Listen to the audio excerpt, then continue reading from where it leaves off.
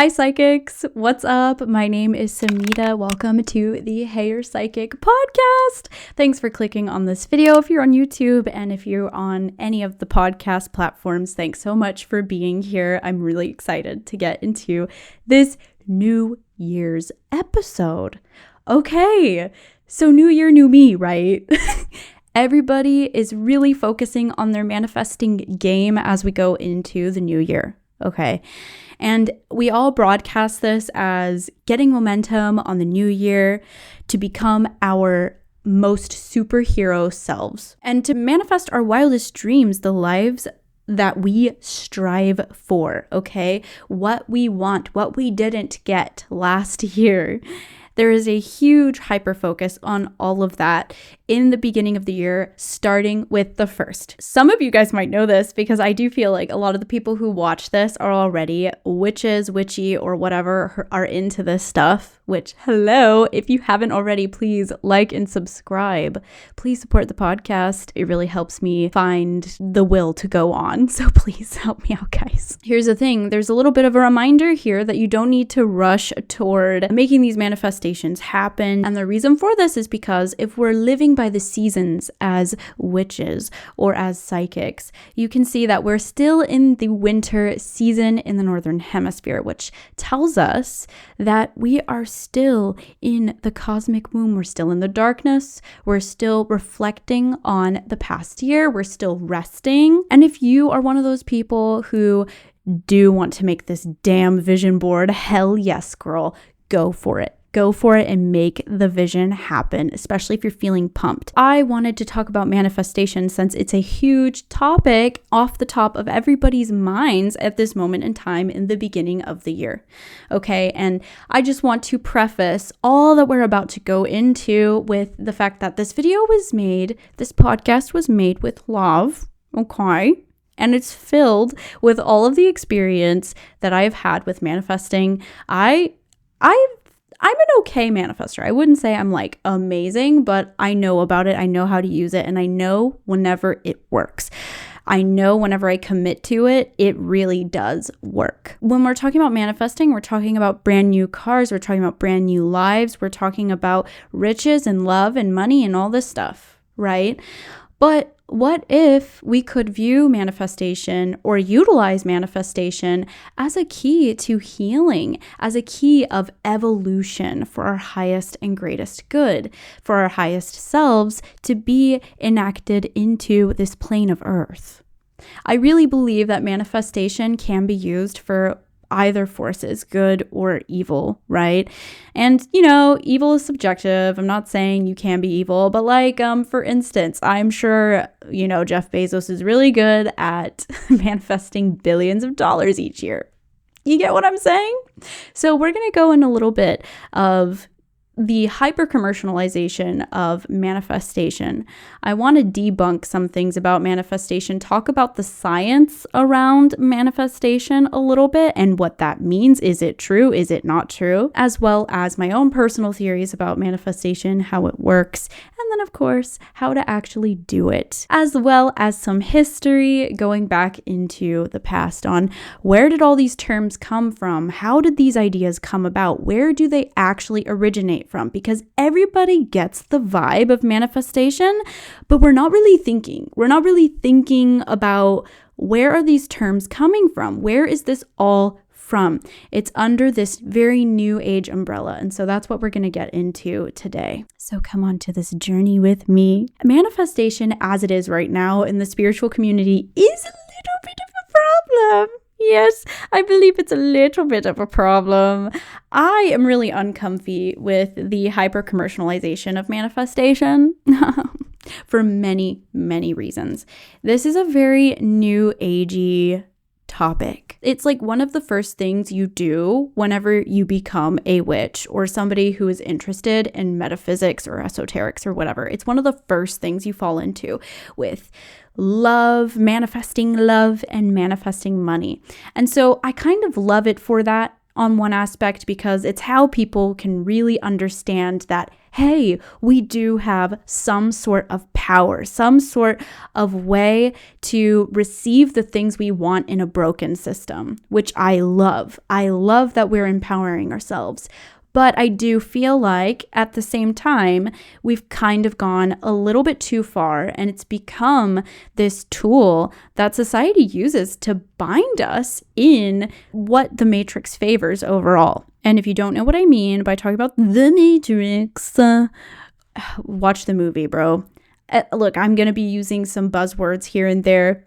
It's hard to not, but by the Matrix, I really mean the constructs of society that keep us away from our own empowerment. Okay. The fact that New Age has been super hyper commercialized, I really believe is because it's at the fault of the New Age movement and New Age spirituality. So let's go into what is New Age. Okay. What I was able to find on Wiki, which is where I'm finding most of my information. And I would like to bring up, remember in schools when they told us Wiki's awful because you don't know if that information is true? Well, I feel like they were lying, and I feel like that was a plot. That was used to get us to not think and not trust any sources at all in my defense. Because I feel like it's pretty well cited, and it's, public information that pretty much most of us can agree on. I feel like the way that Wiki is used is pretty cool, actually. I feel like I learn a lot off of it, and chances are it's going to be way better than AI and ChatGPT by a long shot. So a lot of my information is coming from Wiki, guys. Don't shoot me. It's really hard, I feel like, to find primary sources of information and other information without it, in my opinion. So I appreciate Wiki. And I do donate to Wiki. Donate to Wiki, guys, please. Please. So I looked up, okay, what is actually New Age? It actually is an interest in spirituality by the Western world. It's considered a type of Western esotericism.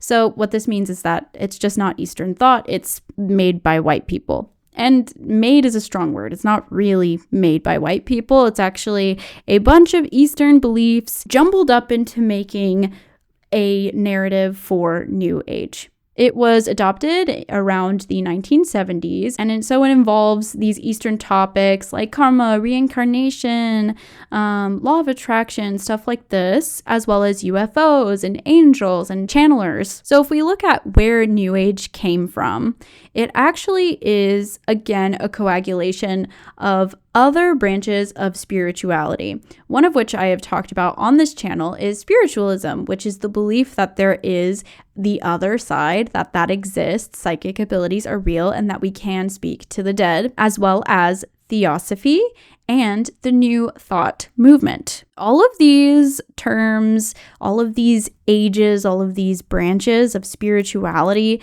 have been around since about the late 1800s. And we'll go into these branches a little bit later, but going back to New Age, it's known for being very eclectic. So it's known for taking from all of these various places of spirituality, chomping it up into something that is more digestible and marketable, honestly. And I really just don't love how commercialized it's become. And I know I sound like a hypocrite on some level because I'm a psychic. I get paid money to do psychic and tarot readings, right? And that makes me look like a hypocrite. But here's the thing, okay? I really do believe that the spiritual world can be a catalyst for such huge healing. And I just feel like the way that we go about it, especially in Western society, really becomes super materialistic.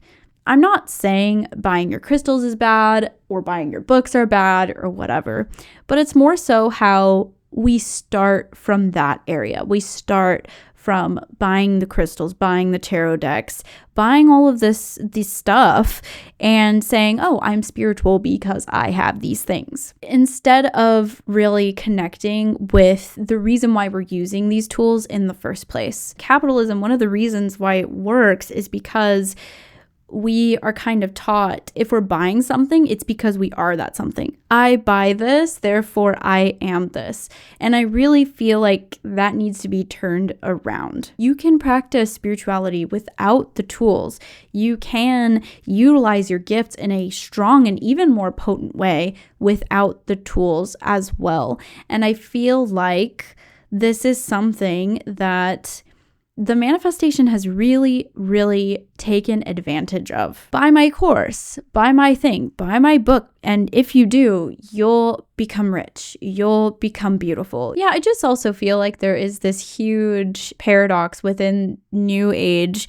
I get that spirituality is supposed to be like dualistic and there's this rule of paradox, you can't have one without the other. It's a duality thing. But I also feel like there's a little bit of no critical thinking whenever on one point we're trying to shift our reality and break out of the matrix, yet we're trying to shift into exactly what capitalism wants us to put on a pedestal, which is like riches and having, the partner and the family and all of this stuff that they use to sort of keep us in control, right? So, I think it's important that we're able to curb that by being really cognizant on what do we actually want? What are our desires? Is it truly for one, our highest good? And is it truly something we actually want out of our heart of hearts rather than it being out of like ego or just because society told us that this was important? That's some of the qualms that I have with this whole community and around manifestation in general. I also want to bring up a little bit of a paradoxical point of saying that manifesting love and money isn't bad. It's not bad at all. And that's not what I'm trying to say. But what I am trying to say is that you want to manifest things that are for your highest good. Okay, so we all say, be careful what you wish for, right? And we know that that is extremely true whenever it comes to manifestation, but I also feel like we don't take that seriously enough. Manifestation is not always great. You can attract situations that are not for your highest good, and that can attract more karma onto your path, right? And we do this by going off of what our animalistic and primal aspects of ourselves really want in this life, what our lower selves want.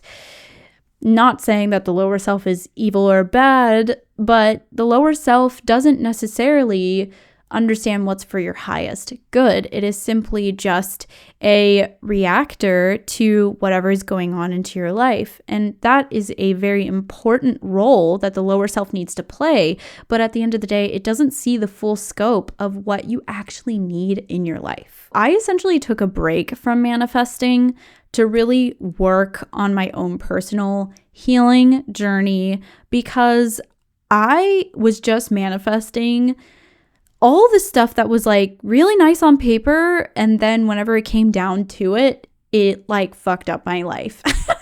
At the end of the day, it was supposed to be in my life to teach me certain lessons, of course, but I do feel like if I just trusted in God more and tried not to control things so fucking much, then maybe my life would have been on the right track a little bit faster. Everything happens for a reason, and at the end of the day, it'll be the same for you too on whatever you choose to manifest. So not trying to fearmonger at all, like you're at the place that you need to. But I do want to make it a point because I do feel like we can utilize manifestation for our highest good, and that's whenever the manifestations are sweet, potent, and can really make life magical. There is this distortion of seeing ourselves as creator itself, right? And so because we are creator, we can create anything we want into this reality. We really rely heavily on being that soul source to create everything in our reality. As if we're not connected to each other, as if we don't need each other. It's this hyper individualistic type of perspective that we have in this community. What we need to realize is that we are co-creators with God. That's one of the problems that I have with the manifestation community. Another one is just that it can feed into delusion and it can totally be black magic. And I know you guys are like, what the fuck are you talking about? Black magic? There's no such thing as black magic. Yes, there is. However, I will say there is some discourse in the community on what exactly black magic is. Everybody talks about black magic as if they know what it is, but I'm realizing there are so many different definitions and that nobody really knows at all what it is. So a couple of perspectives that I've seen verbalized is, one, black magic is removing things from your life. It's banishing energy. It's pushing things away from you. That's one form of what black magic can be. Another idea on what black magic is I think this is the general one that everybody talks about, is invoking harm to others. Being mean to others, bullying others, hexes, curses, stuff like that. But one definition that really makes me think and really feels more aligned with the school of thought that I align with when it comes to spirituality is that it is magic that covers the truth. Love spells on particular people, forcing people's will, and even glamours. Covering the truth. Have you guys seen those manifestation channels that are literally just dedicated to manifesting specific people in your life? I really, whenever I see that shit, it just makes me feel really sad, because that is truly making money and profit off of people's feeling of loneliness. And it also is just black magic. Why would you want to force the will of somebody else onto you? That is not the truth. And that really what satisfies our being at the end of the day. You might get what you want, but at the end of the day, if it's not meant for you, it's not meant for you. And I've noticed that with these manifestations where people's wills have been forced, where you're forcing something to happen that isn't aligned with you, it causes not only so much energetic karma, but so much grief, so much bullshit that you have to deal with. And we just really don't have to do that. We really don't. There's actually the spiritualist that I've seen on the community, and she actually had a pretty cool, interesting channel about witchy stuff, and then she deleted it and ended up making a new channel. And I noticed that one of the strategies she was using in order to grow the channel was literally just talking about manifestation and building your life. And it's just oh, how much can we talk about manifestation? Really, as if that is the only aspect of spirituality that really matters, It just really hurts me. It makes me feel sad that we are degrading, honestly, essentially a form of energy work into this hyper commercialized thing whenever we can make it into something that's so much more. One of the reasons why I've also really taken on this perspective is, as a working psychic, a lot of people really just want these love and money readings, which I get. All of us want to know, how can we, have the cheat code? How can we make our lives really the most delicious? And actually, that used to be one of my core values. How can we really improve our lives and help ourselves thrive by utilizing esoteric knowledge? And over the years, that's really changed for me, because I've seen what happens whenever you just prioritize having a better life.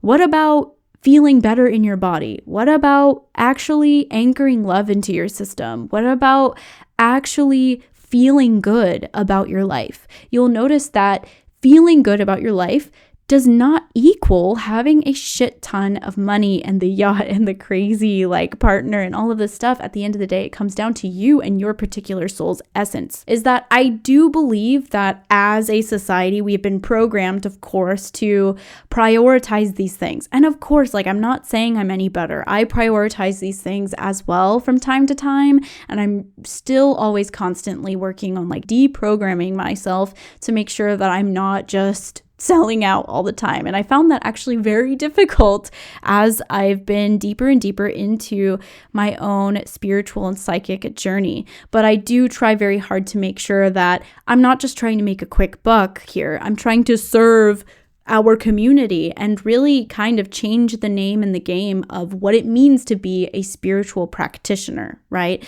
But as a psychic, I get really burnt out on love and money readings, and I notice that it really sucks my soul dry. Like, doing these readings sucks my soul dry, and I can tell it sucks, like, for my highest self and my guides as well. I notice that whenever I try to reduce the reading into love or money under pressure, because sometimes I feel pressured to do that, they get pissed with me. They're like, oh, fine, like here's information. But I can notice that information is not like source love. It's not giving this sort of like energetic upgrade to either me or the client involved. And you know what? I think also the clients, I think you guys can also feel that too. And here's the thing, whenever I'll get done answering somebody's questions about love and money, they're like, oh, okay, at the end. It's almost like, oh, okay, I can't tell you what to do with your life. I'm just reading the energy of it. But I notice whenever we are channeling these messages that the guides really need to say to you, these healing messages that can involve love and money at times. It's not to say that this isn't involved at all. You guys receive that way better. Like, I notice the clients feeling this emotional release, feeling as if their soul has been really, really touched whenever I give those messages, because it's what you need to hear, right? Spirituality cannot be reduced to love and money. It just can't. It doesn't enrich your soul. And that's not to say, again, that love and money is not important. That's not to say that it's not talked about from the guides, but it is to say that we really need to stop making that the sole focus of all of these practices. We really do, because even though you guys want it, you don't actually. Even though you guys want it, you don't receive it as well as a genuine healing message that source or your guides need to tell you. So that's just letting you know that. And so that's why I've been really trying to help like deprogram. Lately, I've been really trying to deprogram myself and talk myself down into being like, hey, like I don't have to give these insanely detailed readings on when you're going to get married, when you're going to have your first kid, when you're going to do all of these crazy like life chapter things that society really pulls in a high regard, right? I can focus on just whatever spirit wants me to say and to communicate, and that is where my job is done. It's not just getting the superficial like information for you. At the end of the day, it's not helping you. Anyway, book a reading if you're interested. At the end of the day, too, I really feel like messages like that or just focusing on manifestations like that kind of creates a lot of dissatisfaction with life as it is. There have been countless times where I would try to manifest something and, it wouldn't pan out either in the way that I thought or the way that I wanted, or it just didn't come in during a time frame that I really wanted, and it really got me down. It made me feel like I was just not good enough and that I didn't deserve that thing, whenever in actuality, instead of focusing on this outcome, on the manifestation, and I know this is taught in manifestation that you need to be aware of this in order to manifest successfully, which totally agree with, but what they don't go into is that in that gap between you stating an intention and having the thing that you want, you need to realize in between there, you need to go through this healing process, this healing and this evolution of becoming the thing that you want to become that is a vibrational match to that thing. And that can be messy. Sometimes it's not just the affirmations that are going to cut it and really catapult you toward your desired outcome. Sometimes there's trauma. Sometimes there's interference. Sometimes there's some crazy shit that is wedged in between you and where you want to be. And sometimes it's not you. This actually kind of brings up a story that I didn't have planned on telling you guys today, but I think is really important to say. You guys know how in the beginning of this podcast, I talked a lot about shadow work, entities, emotional healing, and stuff like that. It wasn't until I did that work that my manifestations started coming true. And I was doing the affirmations. I was doing the visualization. I was living in the moment. I was taking the aligned action for a long, long time that, of course, you guys, the people who know me now, don't know how long I've been working on this. It wasn't until the clearing work that I really was able to create my life in the way that felt aligned with me. So just saying, that's something that needs to be paid attention to in the community, is healing yourself, because healing yourself can really catapult you to where you need to be. And where you need to be is so fucking sweet. It really is. I'm not saying that manifestation is bad. It's just that we need to reframe what it is into this method and pathway into healing and transformation, because it really can fucking help you. It really can. So another problem I want to talk about, we're starting with the problems. Oh my God. I've been really trying to have a positive perspective, and I will go into the positivity bit. I will, but I really want to talk about these distortions within the community, because why is nobody talking about it? Why is nobody talking about it? Why am I the only one? There's a couple of other people who are, but I don't know very many, guys. So that's why I'm trying to be that person that's filling in that gap. We really try to fit it into science.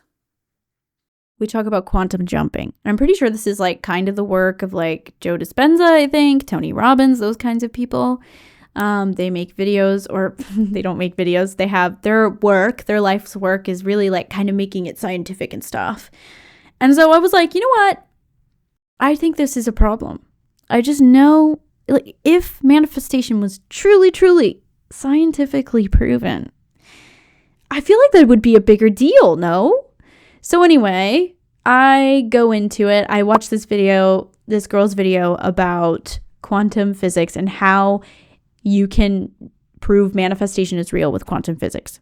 Her name is Devi Siataram. She's in a PhD program of chemical engineering at the University of Cambridge. So she has that science mind, okay, that I just don't.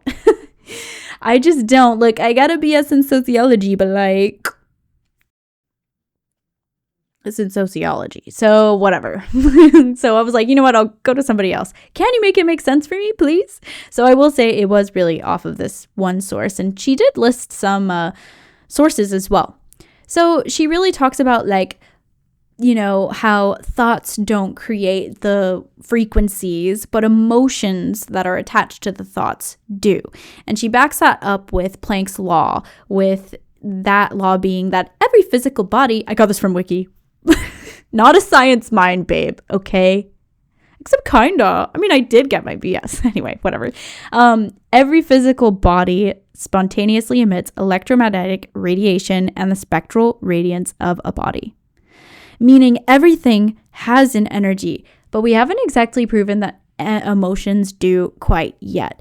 She really backs up that emotions have a frequency and a vibration, which is something we talk about in the spiritual community all the time. It's the basis of everything. And yes, but what does that actually mean? What does it mean, guys? I actually talked about this with my rocket scientist man, Hugo. He's a sweetheart. About what I was learning from this girl's video. And I was like, there's something doesn't make sense, but I can't put my finger on it. And he's like, oh yeah, that would be right if emotions had actual frequency. So I was like, oh, that's why this doesn't make sense. And so I looked up, where did that come from? Where did that notion come from? Is it true? Do emotions have frequencies or vibrations? Of course it's a vibe, but is it actually a vibration? Something that can be measured. And of course we go into Dr. Hawkins' scale of frequency.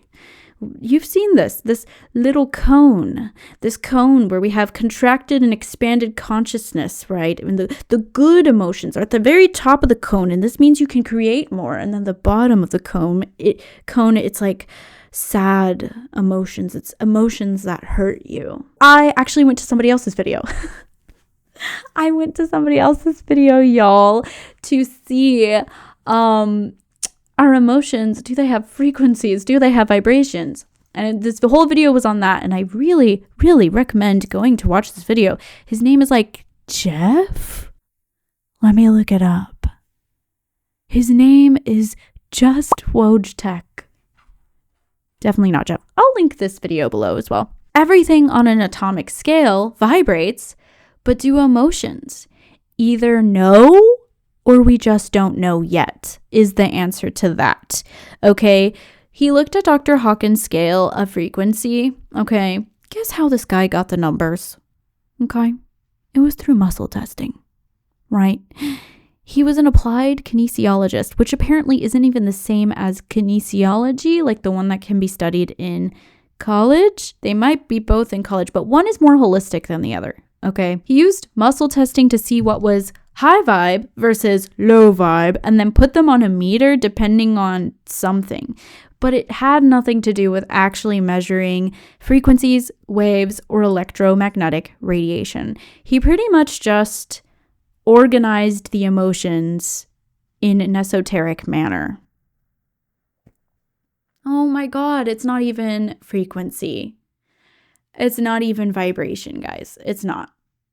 Guys. Oh no. So no, or we don't know yet. And he'd be like, but what about brain scans? Brain waves, of course, we have taken EEGs on brain waves, okay? But they cannot measure emotions or thoughts. They simply can only measure states of consciousness, such as sleeping, awake, mid-sleeping, dreaming, REM, that sort of thing. And you know what? That's still fucking cool because there's a lot of science about how alternative states of consciousness, alternatives such as alpha, delta, theta, whatever, can also be very, very healing for the body. I think that's really cool. Look, that's actually real. I literally have it in this book right here. It's called Shamanism by Suzanne Edwards. And she talks about it here. But a lot of people talk about it. It's also in Psychic Witch, which I will be talking about later. Okay? But anyway, we know that if people are in either alpha brain states, they're able to visualize better. They're able to have more imagination. They're more relaxed. We know that if they're in theta, they'll receive interesting spiritual experiences. You know, I think that's scientific. That's cool enough. That's cool. Why aren't we focusing on that, right? We're focusing on quantum jumping and it's like kind of not even real. Like, let's focus on stuff that's like actually working. You know what I mean? You guys have seen that TikTok, right? Where this girl said, I just got out of my shift. There's a comment saying, how do you shift? Crying emoji. And the girl replied, shift like a job, babe. This TikTok had nothing to do with spirituality. It had nothing to do with this kind of talk. And we are so fucking hell-bent on quantum jumping and shifting your reality, which I've heard so many goddamn times in this community, that we are forgetting English. Quantum shifting, guys, when we're looking at it spiritually, it is simply changing your perspective in an effective way. That is what it is. Now, it's valuable. Shifting your perspective is valuable and can be magical, especially in like manifestation with the law of attraction and your healing journey. But is it quantum jumping? Is it using quantum physics to jump? Are you shifting your reality? Yes, the science works if we're reading it esoterically, but not practically, okay? And I think we just need to accept that and like really look at things objectively. Here's the thing. I also want to put a big fat yet on that because I do feel like science is going to back this shit up. We just haven't really found the way to back up manifestation quite yet. I mean, could you imagine if we did like society would crumble, right? Society would crumble in the most beautiful way. Of course, there's no science that actually makes sense about manifestation. Of course, it's some made up bullshit to keep us complacent with doing manifestation in a way that we kind of always had. Of course, it's not clear and defined and makes total sense, because if it was, we'd be too powerful, basically. We give ourselves the chance of evolving and actually looking and actually finding these answers, like the science of manifestation and stuff like that, by actually being willing to be objective, okay? Not by trying to make things work out. This quantum jumping thing is pseudoscience. And you know what? Maybe that's okay. Maybe it is okay. We're going to be okay. Because why does everything have to be so goddamn scientific in order for us to really truly value it as a tool? Just because it may not be scientific as of right now does not make it any less real. And why is that a problem? Why? We should be asking ourselves that. We should not be attributing mechanics to science if it actually doesn't make sense. There's plenty of science that we actually don't understand, and everybody is okay with that, right? Why are we not okay with not understanding the science of spiritual stuff? That is where the problem is. Spirituality is mostly faith-based anyway, and I think that's the beauty about it, right? We have plenty of human anecdotal experiences about this working. And that is okay. Why is it that we have to attribute fake science to it in order for it to be worthy? Why can't we just wait until that science is real?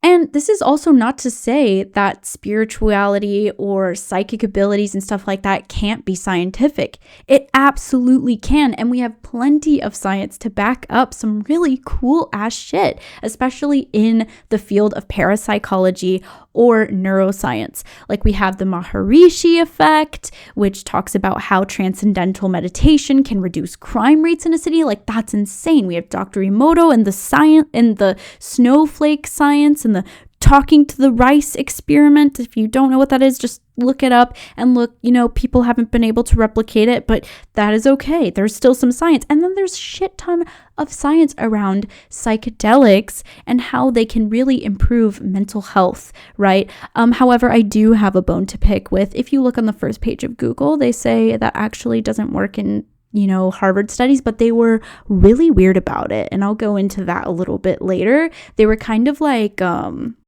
condescending, and I don't think they gave it a fair shot. Okay. So anyway, we don't have to jerk ourselves off to sound and make manifestation sound smart. We really just don't. We can just say, you know what? Look, we don't know the science about it, but I know it works. I know it works. I know it works because we use it all the time. It's just a part of life. Let's be willing to look at this all from an esoteric lens. How does it work? Where does it come from? Okay, manifestation is a byproduct of law of attraction. And in law of attraction, we have learned that like attracts like. So people who are on the similar vibe attract, right? And also that the universe is always working from our thoughts. Technically, we are working with manifestation like all the fucking time. 24/7, law of attraction is our life, okay? So since you're doing it all the time, it kind of is super entangled with your healing and transformation journeys all the time. So I really do recommend making sure that you're prioritizing your healing journey on top before your manifestation journey, because that is what's going to make your manifestation work that much more potent. Okay. So I wanted to really get into the nitty gritty with law of attraction. Where the fuck did this term come from? We all know about it, but there's never been like anybody who's like, oh, this person coined it. Like this person is the one who made it up, right? So I looked it up, and don't get mad at me. I did get this off of a Reddit post, but then it went into Wiki. So be double mad at me. Whatever, okay? Better than ChatGPT anyway. We've had plenty of people on that Reddit post say the Bible talks about law of attraction, which I haven't investigated, but it looks like it's not really widely agreed on. The Christians would be really, really mad about that anyway. But then this other person said, hey, look into the New Thought movement and Madame Blavatsky. The first time the term law of attraction was ever printed was actually in a book called The Veil of Isis, written by the founder of the Theosophy Society, Madame Helena Blavatsky. Let's talk a little bit of Helena Blavatsky, shall we? So she founded this Theosophical Society. I love saying that word, by the way. And this is a very esoteric group to be in. Basically, this lady, Blavatsky, was so-called trained by a bunch of Tibetan monks in the Himalayas from a Himalayan brotherhood of some sort. Anything that has anything to do with a brotherhood, I'm a little skeptical of, because I don't trust men in spirituality, but that's a whole other conversation to have. And she came back with these ideas of New Age, basically. New Age ideas of karma, reincarnation, Atlantis, Lemuria, the future of Earth and humanity, and the law of attraction.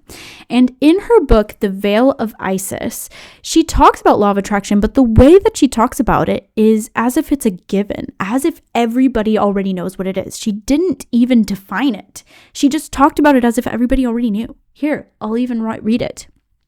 Oh God, it's a little dry, so... By whatsoever name the physicists may call the energizing principle in matter is of no account. This is exactly what we're talking about. It is a subtile, it says subtile, okay, not subtle. Subtile something apart from the matter itself, and as it escapes their detection, it must be something besides matter. If the law of attraction is admitted as governing the one, why should it be excluded from influencing the other? Leaving logic to answer, we turn to the common experience of a mankind, and there find a mass of testimony corroborative of the immortality of the soul, blah, blah, blah. You guys let me know if she literally defined it, but I didn't see that, so let me know. Her work was fueled by these Tibetan monks. What did they actually teach her about? All of this Eastern thought. Her theosophy was always fueled by hermeticism and Neoplatonism. Hopefully I'm saying that right as well. Let's just talk about hermeticism.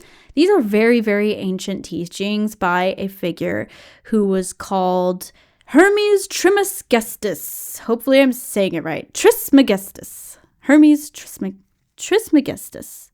That guy. He is a figure that combines elements of the Greek god Hermes and the Egyptian god Thoth, who both have not divine vibes, in my opinion.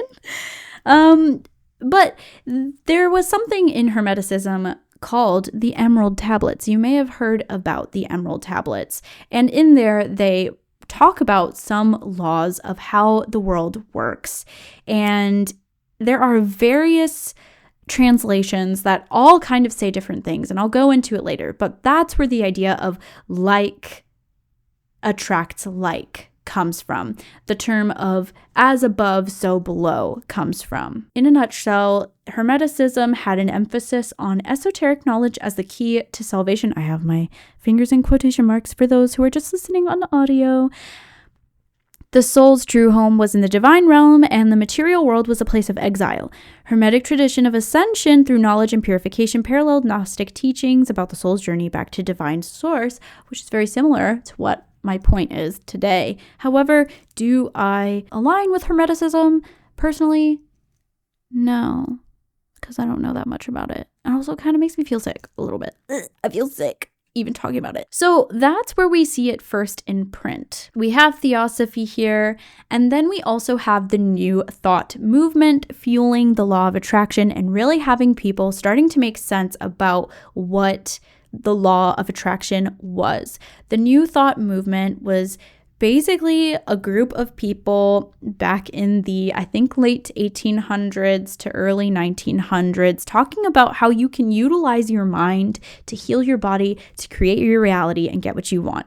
It was started by a guy called Phineas Quimby. He was an American mesmerist and folk healer, and he got the TB, guys. He got the TB and he thought he was going to fucking die. And he goes to the doctor and the doctor's like, here's these meds. And Quimby was like, oh my God, like these meds are like not working. I'm still dying and my teeth are rotting. What the hell?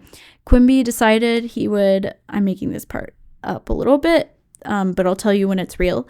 He just decided he wanted to live his best life. And so he was on his horse. The real part begins now. He was on his horse and realized he got excited. Whenever he got excited on his horse, his pain would go away, which my lovely rational logician, I'm literally sure that Hugo's MBTI, my fiance, is literally the MBTI of a logician. But my logician Mans said, oh yeah, there's probably the adrenaline from his horse. He's probably right. But anyway, Quimby was like, whoa, my pain decreased. I am interested in how the mind affects the body. And he has claimed to have cured himself of consumption because of his healing methods that had everything to do with the mind. Now, he didn't coin law of attraction, but he did galvanize this belief that you could use your mental space to create your outer world. And, you know, actually a lot of people had different books about the law of attraction and how to use it literally as early as the late 1800s. And it's actually kind of cool to go back and read it, even though, you know, they're usually men, which I'm like, So, yeah. So that's a little bit on the origins of law of attraction. I want to talk about my personal theory on how manifestation works, okay?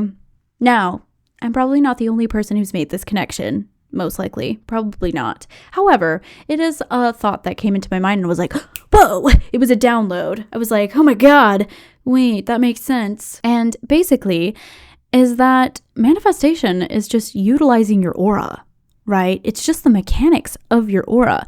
Think about it. We have these layers, right? Starting from the top to the bottom, causal, celestial, etheric, astral, mental, emotional, and physical. The process of manifestation is just the way energy moves through your aura. We have the causal. This is the desire, the plan for your current lifetime. We desire the things that are meant for us in our life. The celestial is the divine connection that you have with your guides. Your guides go out of their way to help make this happen in your life. We have the etheric, which I'm still confused about. Somebody, you know, in the comments, let me know what the etheric body is all about. I just see it as energy and like almost like a blueprint of your physical body. I don't know how it's related to my personal theory, and it is flawed, but it is my personal theory. The astral. This is your dream state. This is your visualization. This is the bridge between both of the worlds, between the energetic worlds and then the energetic worlds that have to do with your well-being in your everyday. Then we have the mental layer. This is having the affirmations. This is thinking about what you want. This is aligning mentally with what you believe in. Emotional layers, being able to feel your manifestation, being able to feel it happening right now as if it's happening now, and physical. Whenever the manifestation eventually becomes super fucking real and in your life. Right? And with all these layers, there are chakra correlations. So if we're having trouble with one part, we can actually work on the chakra that is correlated to that layer that we're having an issue with. So for instance, let's say you're able to think about your manifestation, you're able to hold that in your mind for a prolonged amount of time, but maybe you're unable to feel it. That's where you need to work on your sacral chakra. Maybe there's something in the emotional field, in your emotional field, that needs to be addressed in order for you to really, truly bring in this manifestation. And maybe it can help you heal and balance that aspect. And honestly, yeah, so when we're working with our aura, we're really working with our healing journey. And I'd love to go into that a little bit more once I have a better idea on what an aura is in the first place. Like, I've been studying the aura for a long time, but like, I really like being super sure. And you know what? I think that's being a woman in society. That's my problem, is that I'm a woman in society. I have to be really sure because I'm talking about spiritual shit online. And you know what? People are just like so fucking mean sometimes, you know? So I really try to make sure I know my shit. And I still say wrong things. So, I have a flashback of something I said wrong. So sad. Anyway, men can go online and say stupid shit all the time that isn't even real or true or helpful at all. I should be allowed to say my piece. Okay? Anyway, so yeah, this goes into my manifestation techniques, guys. They're pretty basic. I don't know if you're going to like them because they're pretty like what everybody else has to say, which is why my manifestation video couldn't just be on manifestation and how to do it. We obviously have to go into the history, the origins of law of attraction, and obviously the problems about it in the spiritual community, right? Anyway, so my manifestation techniques, first off, fine-tune your intention, guys. Make sure you're really clear on what it is that you actually really want. Work with your guides on it. Clear the emotions that block the desire. Have the right thoughts that back up the desire. Align your thoughts, align yourself with the desire, and just know that manifestation is a long-term process. I think a lot of us really view this as like a one and done type thing, but truly it is not. So here's another tip I have around manifestation. Treat it like magic, okay? Treat it like your candle spells, treat it like your spiritual bath. Cast a circle, get in the mood, purify yourself, be protected, talk to your guides. Talk to your guides, talk to God, okay? Ask, God, is this for my highest good? God, what do you recommend me to manifest? What's blocking me from making this manifestation? Ask, co-conspire, co-create with God, like actively do it in a conversation with them. Making sure you're attending to each layer. Something I love to do is future self scripting. So journaling about as if I already had that thing, what I would say, and I would basically read that script out and really, really act it out. So reading it in your mind, reading it out loud, reading it while feeling the emotions, and then reading it while doing all of that and visualizing it on top of that. Really making sure you're getting each of those layers of existence, right? Making sure you're engaging with each of those bodies of the aura. The astral by imagining it in your mind's eye, the mental by speaking it aloud or speaking it in your mind, and that emotional by feeling the emotion and letting it be there. I really feel like that makes a huge difference. You treat your magic the same way, right? Like imagination is very important after you're done the rituals and stuff. Taking the aligned action, of course, everybody talks about that. Super, super important. Getting into that physical layer, that's what that is. And then last, if your manifestation hasn't come about yet, or if it's not going as planned, honor the process of becoming, right? People say like enjoy the journey on the way to it, but honor the process of becoming.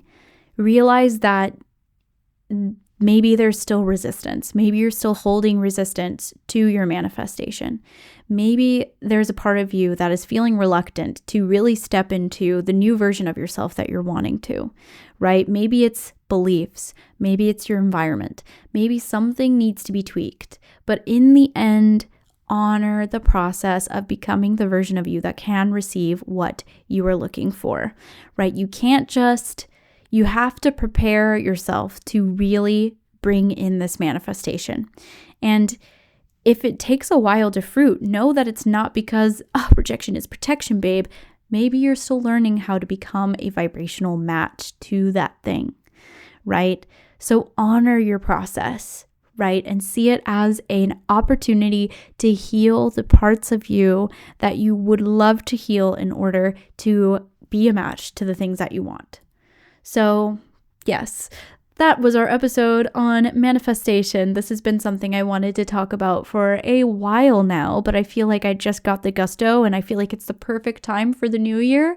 So I really hope you enjoyed this episode. Again, please subscribe to the channel. It really helps a lot. If you're listening to this on Apple or Spotify, thank you so much. If you got to the end, please leave a review for me on what you think about the podcast. It helps me understand where you guys are at. that. Thank you so much. And please head to heyurpsychic.com and book a reading with me and look at the other services and things that I have in store for you guys. Thank you so much for being here. And I hope you guys all have a beautiful new year. Congratulations, you made it to this new chapter of becoming who you're meant to be. Mwah! See you later.